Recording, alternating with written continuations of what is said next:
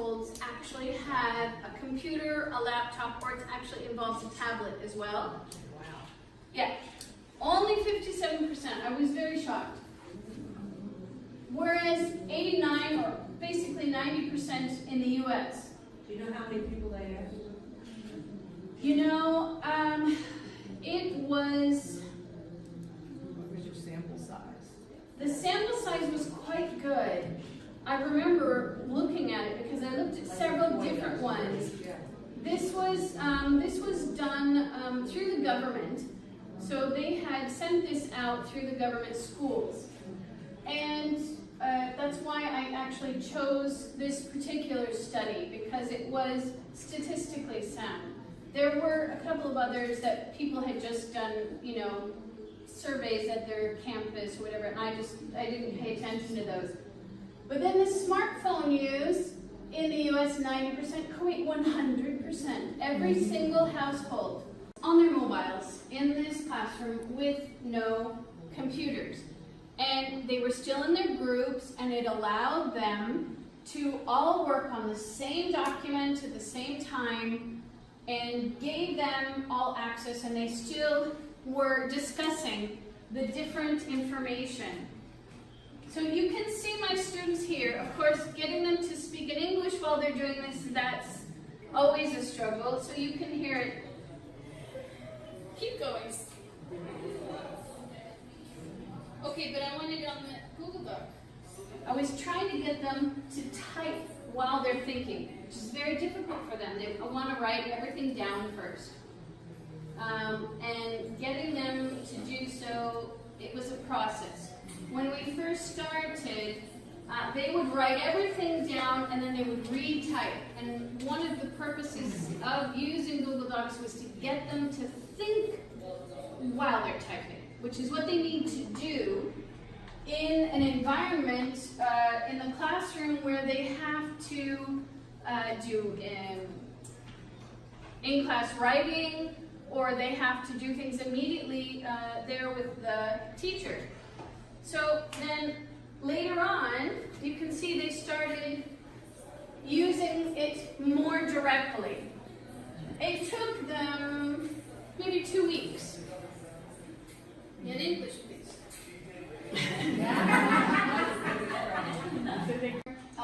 Completing the information for their project, they are looking at different ways that they can use the novel. See, he's the one that said, in English, please.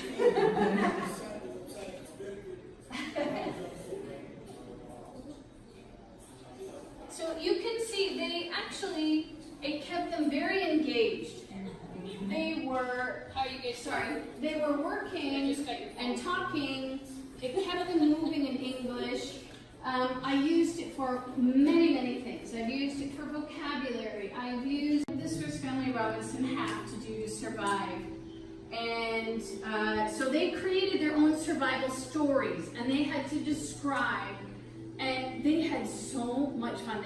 They had 50 minutes to brainstorm and write it out as a group, and they did it all together on Google Docs. And they're like, no, wait. And that was the only time I let them actually talk in Arabic, because they were, I said, go for it, I don't care, because it's a timed writing, and everything has to be typed in English. But their ideas, they were like, get back and forth, and they had so much fun with it. Then at the end of the semester, I gave them a survey using Google Forms. And I asked them multiple questions about the difference and how they felt Google Docs had helped or not helped them. And of course, I gave them a range, a scale of 1 to 5. And when I went through, it was overwhelming. The 82.4% of the students felt that Google Docs had helped them a lot, because of the fast internet from their mobiles. So you can see that it improved the research process, because in the first project, they had to find their sources from outside, and then they would lose them. No, where is it? Where do I put this? How do I, they would either write it down, and then they would miss one letter, And then they couldn't go back to find that, and then I told them, if I cannot access it, you cannot use it in your project. And so then they're like, so they had to find new things. The guys went, for example, one of the groups, they went to the Red Crescent, and they were doing interviews, but the girls didn't feel comfortable and their parents wouldn't allow them to go. So they were on Google Docs and they were filming live. And the girls were able to put in their questions and as a response to the guy they were interviewing, and it allowed them to collaborate off campus, on campus, very, very easily.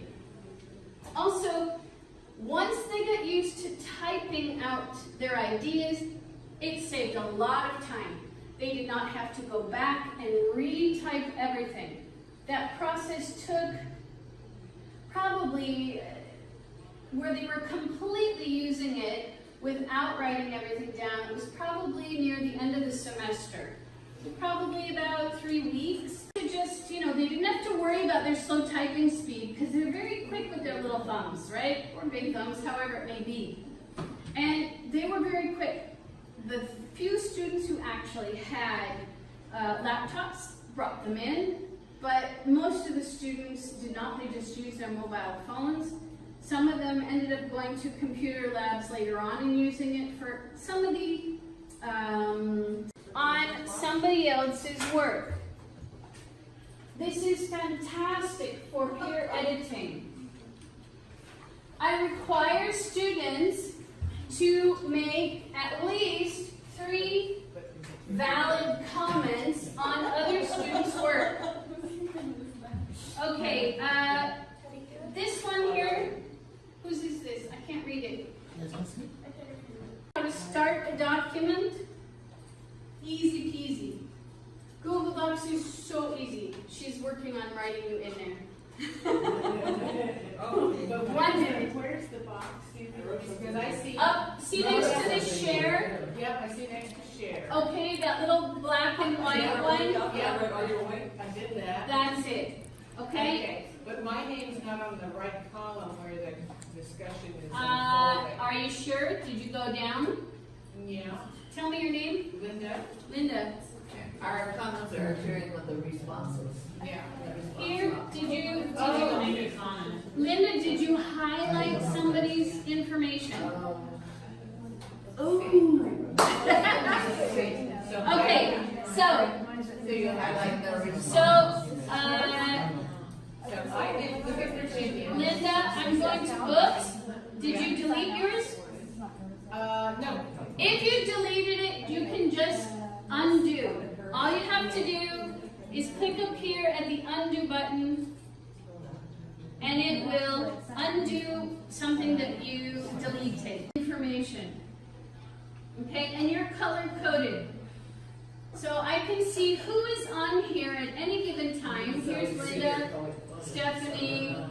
Okay, Linda made a comment on Virginia's.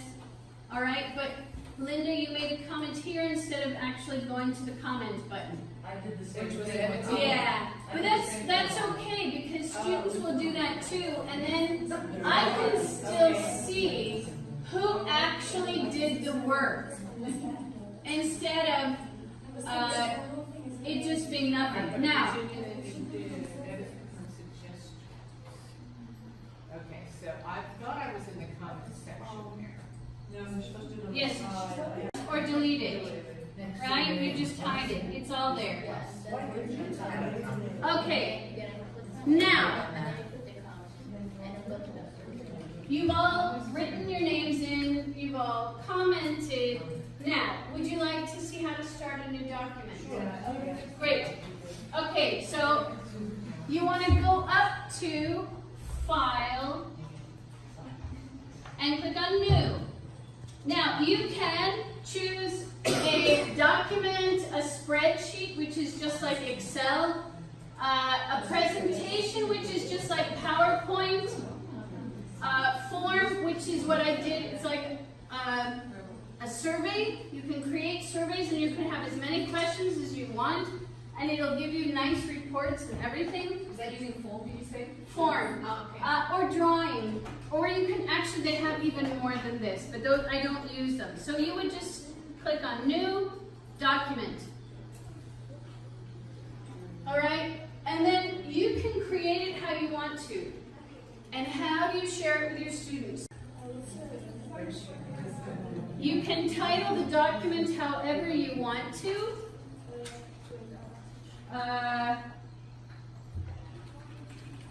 Test 1, okay?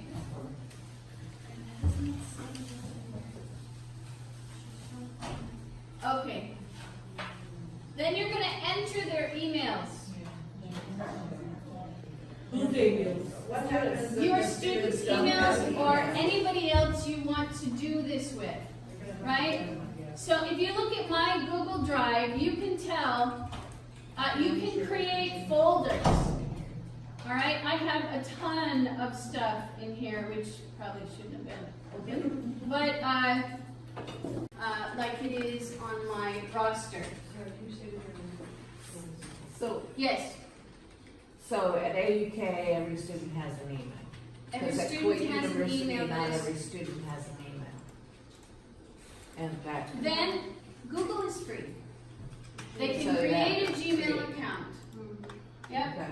They can, even some students, they're having problems with their AUK emails and they're using their personal accounts.